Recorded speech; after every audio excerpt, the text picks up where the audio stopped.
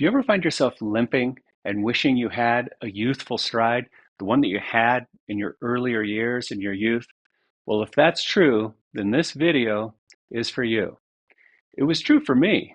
A severe ski injury impacted my hip so much, it led to so much restriction and pain that I tried everything. Stretching, strengthening, PT, I tried everything. Doctors told me that I would have to replace my hip sometime. It was just a matter of time. But I knew there was a better way, and it came to me, and I'm sharing this practice. This is my practice space. I do three, oftentimes four practices here, systematically working through all my joints to keep them happy and healthy. The fact is, joints love pressure. They love compression. We just have to give it to them kindly. In this video, I'm going to show you three ways to resolve a limp. But first, we got to look at the two ways limps are promoted and maintained. The first reason is pain. If there's some kind of pain, either in your toes, somewhere in your foot, or your knee, or your hip, the pain is going to push you out of it. So if you're walking along and something is painful, that's where we need a crutch. We need something to support ourselves, or we avoid the pain in order to compensate for it. And that compensation can sometimes push the problem into other parts of the body. Pain is the first reason we limp. The second reason we limp is restriction. We're just restricted in some part of the body and we avoid it altogether. That shows up when you have to kind of move around a hip, or if the knee doesn't flex properly, we have to carry the knee through. And you can just see how if I'm carrying part of my body, if my knee doesn't flex fully, I'm going to carry it through, and that puts an extra burden on the opposing hip. These are called compensation patterns. They occur because of either pain or restriction. We could say a limp is a compensation pattern. We compensate for pain, we compensate for restriction. So what do? What's the solution? We've got to get to the pain, we've got to unwind the restriction. Otherwise, we're going to keep pushing the problem elsewhere in the body, and it's what ends up leading to joint replacements. Okay, so three solutions. We're just going to look at the three primary parts of the body that have restrictions or pain that cause a limp. The first place is in our foundation, the big toe. If the big toe has arthritis or pain or some sort of restriction, then we're just not going to be able to move through it. If you have arthritis or stiffness in your toe, you know exactly what I'm talking about.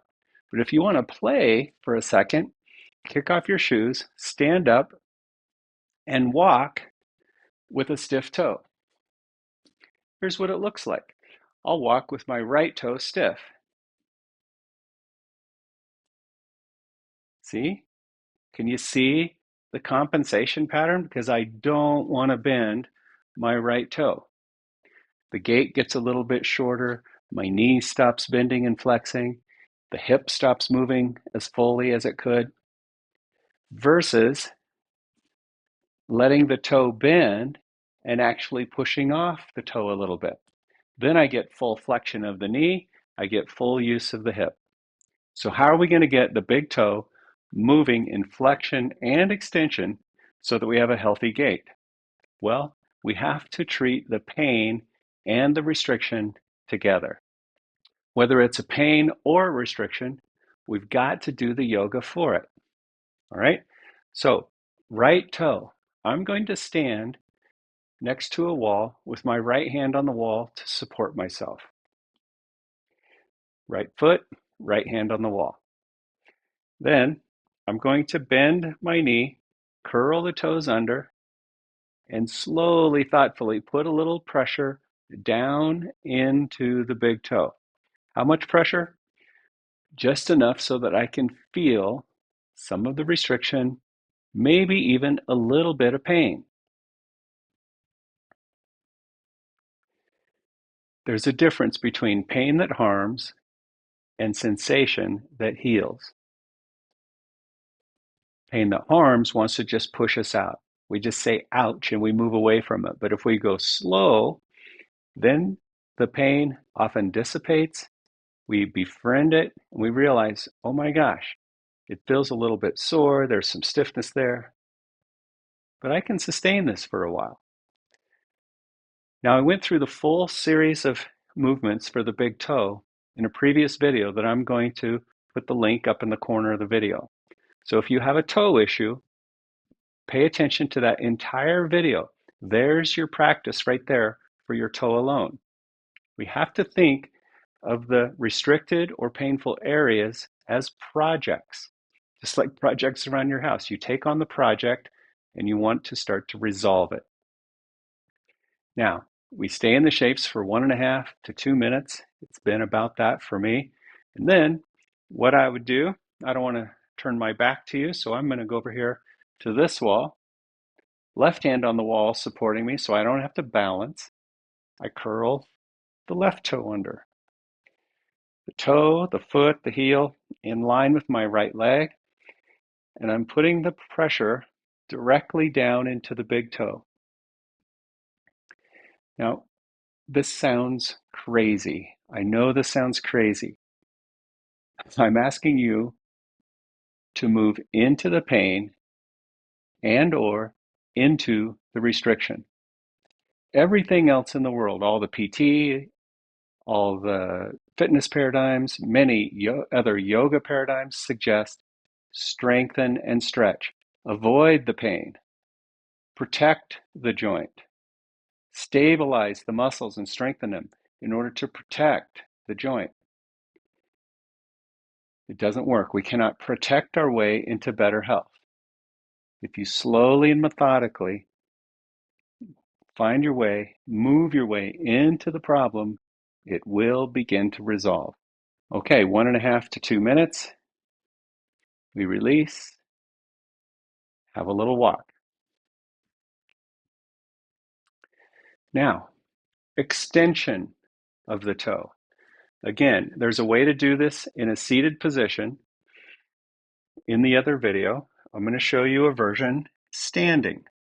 So I'm going to stand with my hands on the wall, shoulder height, my right foot fairly close to the wall, and then I step back with the left foot. A typical stance, a typical gait distance that I might have. Hands on the wall, shoulder height. I firm my thighs, I straighten the knees, and lift the left heel. Okay, I feel the calf muscle engage. It's just a slow motion movement of a typical stride. It's just a slow motion movement and a freeze frame. We kind of have a freeze frame in this moment that we could be walking, and we give full extension to the big toe. The calf muscle gets a little exercise. It's being asked to sustain the movement. The knee extends. I can be long and open through my spine, my eyes open, my gaze straight ahead. 1.5 to 2 minutes. I release the foot down and change it out. Left foot forward, right foot back. Just pause a moment. Let the knees extend. Feel a little release, a little stretchy feeling in the calf muscle. That's fine. We don't aim to actively stretch muscles, but they will release. Okay, hands on the wall. Knees straight, thighs firm. Press into the right toes, lift the heel with the straight knee. Makes you feel tall. You do kind of move toward the ceiling. Hands on the wall, shoulder height, eyes open. If it's a little wobbly, that's fine. Perfection not required. See, and if I had a toe issue, I would come back to this shape every other day until the toe restriction is gone. This is how we clean up arthritis. Well, it's one of the many ways we clean up arthritis in the toes and the feet and the ankles. Okay, when the time is right, we lower down, release, and get on with the day. But if there's a knee issue, if there's a pain or sensation in your knee, any kind of restriction, then how are we going to work with the knee? Again, follow the link in this video to the video that I did for flexion and extension of the knee. But I'll give you a quick option right here. We need some kind of cushion. I love these 28-inch bolsters. And here's what you're going to do. First of all, you come down to all fours, the end of the bolster between your 2 feet. So now my knees, my lower leg, and my feet are bolster width apart and parallel. I slowly start to sink back. Now, if there's a strong knee restriction, this may be as far as you can go. You just sink back a little. You feel into the sensation. You make sure that you can sustain it. Alternatively, you could add a little support to the bolster. A second bolster, a foam block, a firm cushion. But it's important that the goal not be to quickly sit on the block. The moment we put the block there, it becomes a target, sort of a goal. And what I want to encourage you to do is work with the sensation in the knee. Say I'm coming back right there. I feel the restriction. I feel the pain. Stop. Count to 60. Be with it. When you get to 60, the work is over. Stand up and have another shape. With time and practice, you will start to move closer to the block, which means added flexion on the knee. But this very, very important point. We heal along the way. I don't want to just increase mobility. I want to cleanse the arthritis out of my joint. I want to remodel the joint, and I want it to get healthier as I go back. So it might take me 6 to 12 months to get to where I could sit on the block. So be it. It's a practice with amazing dividends. But we also need extension of the knee. So how are we going to get some extension on the knee? Block aside.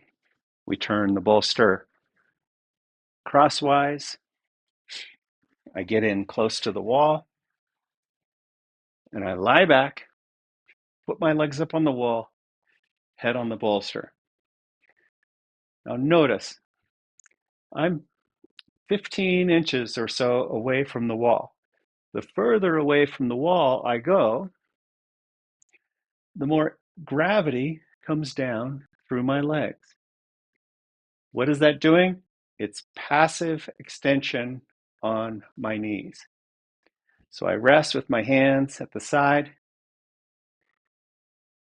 and I would keep coming back to this shape day after day, just putting the legs up the wall until I can relax and let the extension fully come into my legs. You could stay 1.5, 2, 3, 4, 5 minutes here, sometimes more.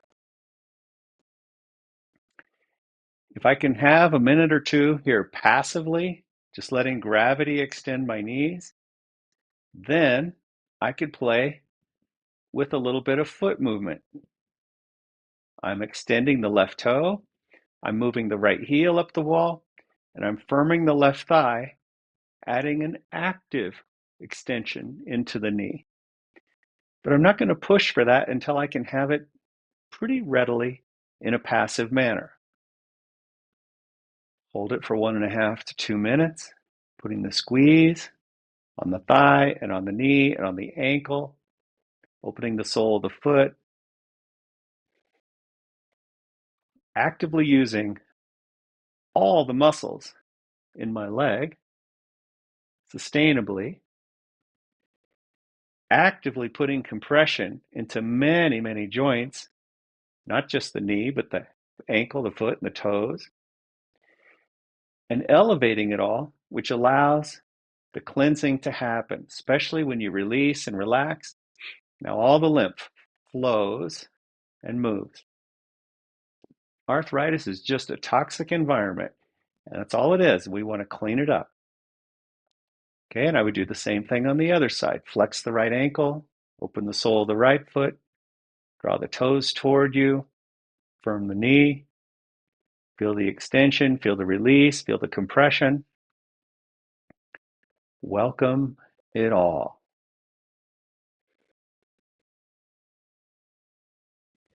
And then when the time is right, you relax, you release, have a moment, close your eyes. Peace begets peace. A relaxed state of mind encourages a healthy healing process. Okay, now the last thing is for that hip issue. What about the hip? A lot of limping comes from the hip. We have a lot of shapes for the hip as well. So for this one, it's a very common shape that I do. We put the bolster crossways, very close to the wall, but not touching. It's about 3 inches from the wall. Then I sit on the bolster, the soles of the feet together. I sit right in the middle, front and back of the bolster, and rest back against the wall.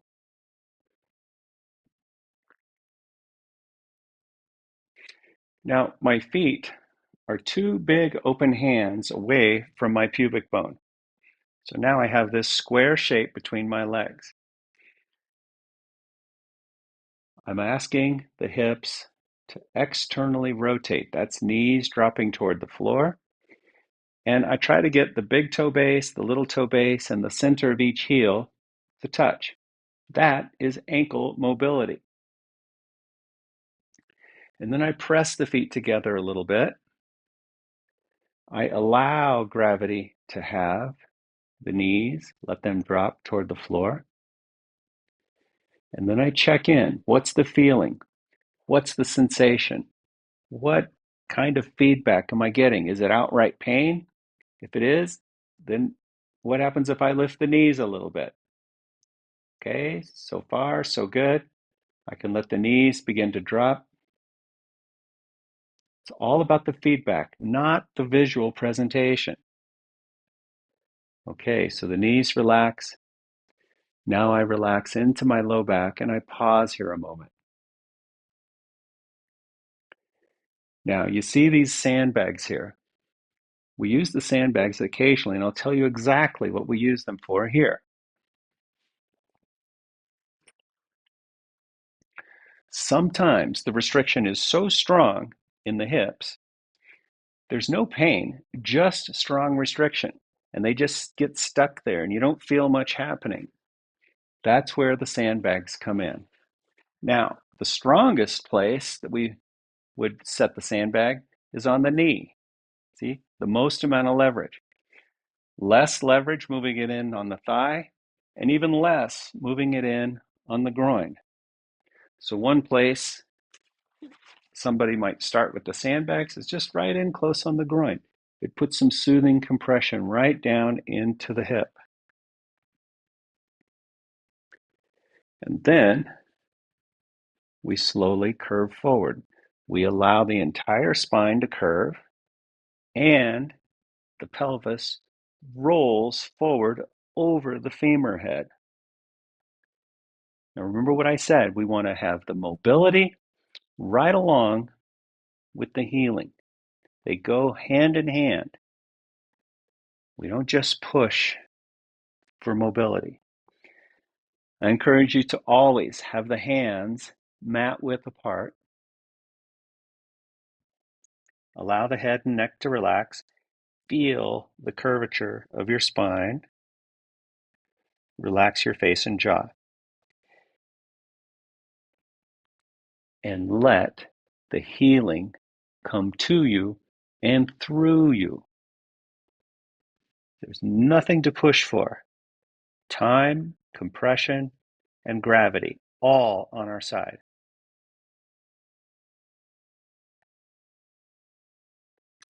One and a half to 2 minutes.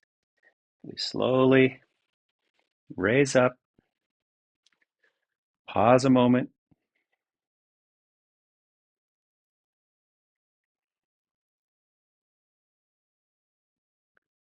See, if I want to heal, if I want to increase mobility, if I really want to get better, I dedicate myself to the present moment. I may set aside 20 minutes a day to do my practice, but during that practice, I really want to also practice peace, dedicate my time to healing, and trust that I can mend my joints. We set the sandbags aside. And now I'm going to show you one more shape, standing, that is for the hips. It kind of puts everything together. It's for the hips, it's for the knees, it's for the hips, it's for the knees, and it's for the feet. So we set the bolster to the side, we stand up, and once again, hands on the wall, shoulder height, right foot very close to the wall. Gotta move my mat over. Okay, right foot in the right front corner, hands on the wall, shoulder height. This time I take a step back with the left foot and go all the way over to the left edge of my mat. And I turn the heel out so that the whole outer edge of my foot is on the edge of the mat. And I look down, same with the right foot, outer edge of the right foot on the mat. Now what's happening here? It's a big stride, a little bigger than a normal walking pattern. My feet are wider than a normal walking pattern, but guess what? It's a range of motion that the hips have. They have this and more. So we're just testing the range of motion of each hip a little bit. And with each heel turned out, this small amount, we have internal rotation on the whole leg, rotating the head of the femur in the hip. And that's very, very good for both hips. Hands on the wall, shoulder height. Then I firm my legs. I straighten both knees, and I have the pressure coming down into the back left heel. And I keep squeezing my thighs. I keep putting the pressure into the knees and down into the back heel. If I can't get the knee straight in the position, then I'm going to shorten the stance. Just move the foot forward a little bit. Ah, there. Now I can have both knees straight. Hands on the wall, shoulder height. Then I move the tailbone down some. I orient the pelvis, squaring it to the wall, leveling it with the floor. Those are just small adjustments that bring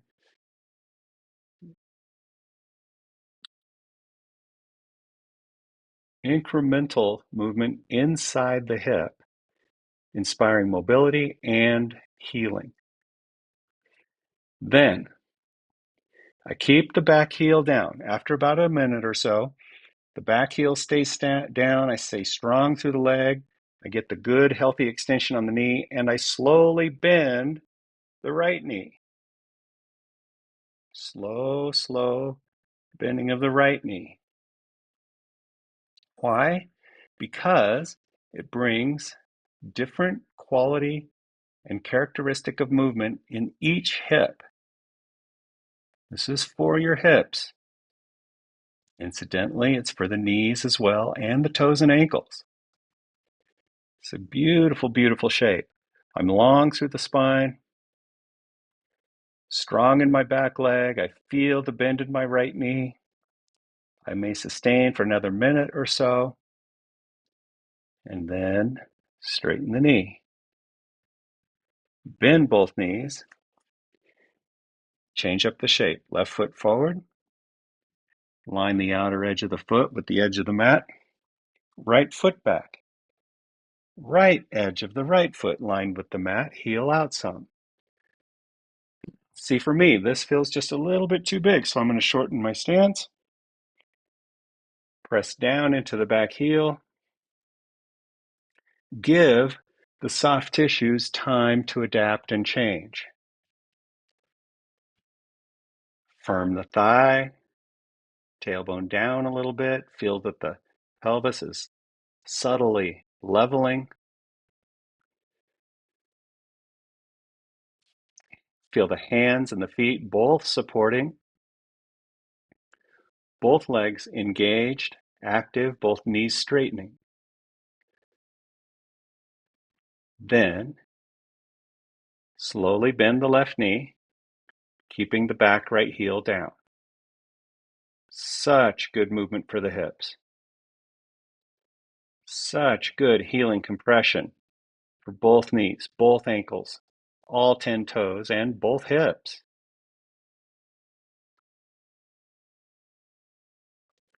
This shape alone, a few times a week, you could just consider it maintenance for a good, healthy stride, a good, healthy walk. So I might be in the whole shape, 1.5 to 2 minutes, could be more, could be a little less, depending on the sensation and the feedback that you get. Time, effort, gravity working for you. And then release the shape, open your eyes, bend the knees, step out of the position, and walk. Okay, I'm going to talk just a little bit about the limp and walking. A limp is a little bit like a crutch. Okay, what do we do with crutches? They help us get through an injury or a surgery or something like that.